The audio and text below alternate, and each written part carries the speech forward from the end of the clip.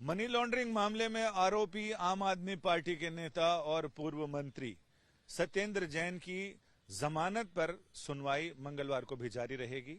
सोमवार को जब इस मामले की सुनवाई जस्टिस बेला माधुरी त्रिवेदी और जस्टिस पंकज मित्तल की पीठ के सामने शुरू हुई तो अभिषेक मनु सिंघवी ने सत्येंद्र जैन की पैरवी करते हुए कहा कि इस मामले में बिल्कुल साफ है कि 3 कंपनियों के बीच लेन देन का मामला था जिसका मेरे से कोई लेना देना नहीं है।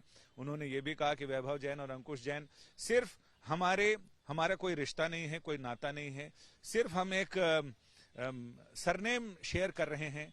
कोर्ट ने फिर पूछा उनसे कि वो आखिर पार्टनर तो हैं उसमें। उन्होंने कहा कि हाँ पार्टनर हैं, लेन देन उनके बीच था जिसका मेरे से कोई लेना देना नहीं था, लेकिन फिर भी ईडी ने मुझे इसमें अभियुक्त बनाया है, मुझे गिरफ्तार किया है। 2017 से लेकर 2022 तक मुझे 7 बार पूछताछ के लिए बुलाया गया, लेकिन उसमें सिर्फ मेरे से पूछताछ की गई, मेरी गिरफ्तारी नहीं की गई। और मेरी गिरफ्तारी नहीं करने का मतलब है कि उनको ये नहीं लगा कि मुझे गिरफ्तार करना चाहिए। 2022 में अचानक मुझे गिरफ्तार किया गया और तब से वो जेल में थे। और पिछले साल 26 मई को उन्हें स्वास्थ्य संबंधी दिक्कतों की वजह से, जब उनकी अर्जी गई कि उनकी सेहत को बहुत नुकसान है, खतरा है और उनकी तबीयत हालत बहुत खराब है, उनके पीठ में ऑपरेशन की जरूरत है, अदालत ने उनको 6 हफ्ते की अंतरिम जमानत दी थी पिछले साल मई में, 26 मई को।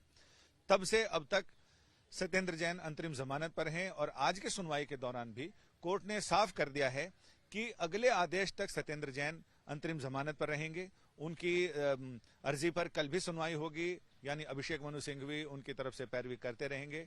इसमें एसवी राजू जो एएसजी हैं, उन्होंने कहा है कि जैसे ही अदालत अगर चाहेगी तो वो कल के बाद अपनी बातें रख सकते हैं और ये बता सकते हैं कि आखिर क्यों सत्येंद्र जैन को सलाखों के पीछे भेज देना चाहिए। इससे पहले भी सरकार ये कह चुकी है कि अब उनका सेहत संबंधी जो ग्राउंड था, उनकी पीठ में दर्द है और ऑपरेशन की जरूरत है, वो समय अब निकल चुका है, ऑपरेशन हो गया है, स्वास्थ्य लाभ कर चुके हैं सत्येंद्र जैन।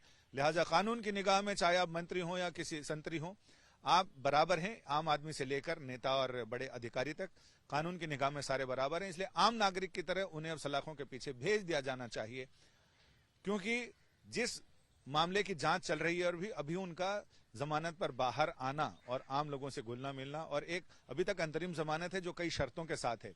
अगर नियमित जमानत मिल जाती है तो वो गवाहों को प्रेशराइज कर सकते हैं, उन पर दबाव डाल सकते हैं, सबूतों से छेड़छाड़ कर सकते हैं। लिहाजा अभी उनका जेल के भीतर रहना ही सही है।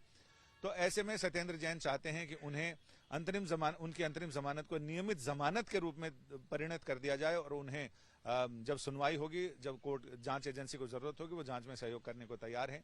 लेकिन अब ये देखना दिलचस्प होगा कि सुप्रीम कोर्ट में इस मामले में सुनवाई मंगलवार को भी जारी रहेगी और उसके बाद सरकार सत्येंद्र जैन की दलीलों पर क्या प्रत्युत्तर देती है, ये देखना दिलचस्प होगा। और ये भी आपको बताएंगे जिस समय कोर्ट का फैसला आएगा कि सत्येंद्र जैन को नियमित जमानत मिल रही है या नहीं।